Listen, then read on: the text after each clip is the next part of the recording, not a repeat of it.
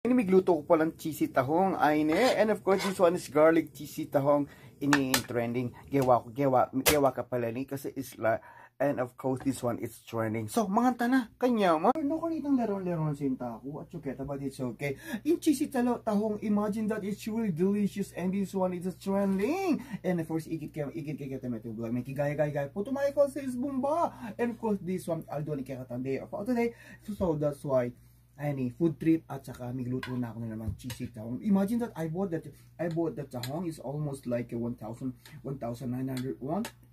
At ala na kitang shell na mga tana kanyaman. Ginawa ko palang vlog ko.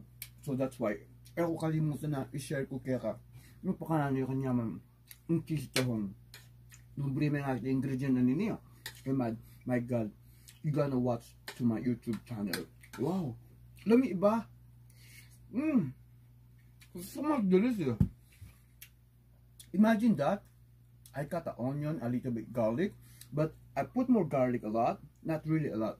And of course, I don't have oyster sauces. I put only like a fish sauce. And of course, magic sarap. And I put the tahong. Later on, wow. I put a little bit like a mayonnaise. And you see on top, that was very easy. Wow, dami kaayo ba? Ang sarap.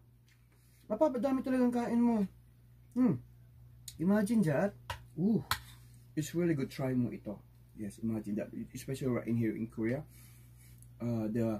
Wala yung shell niya na tahong. Manyaman.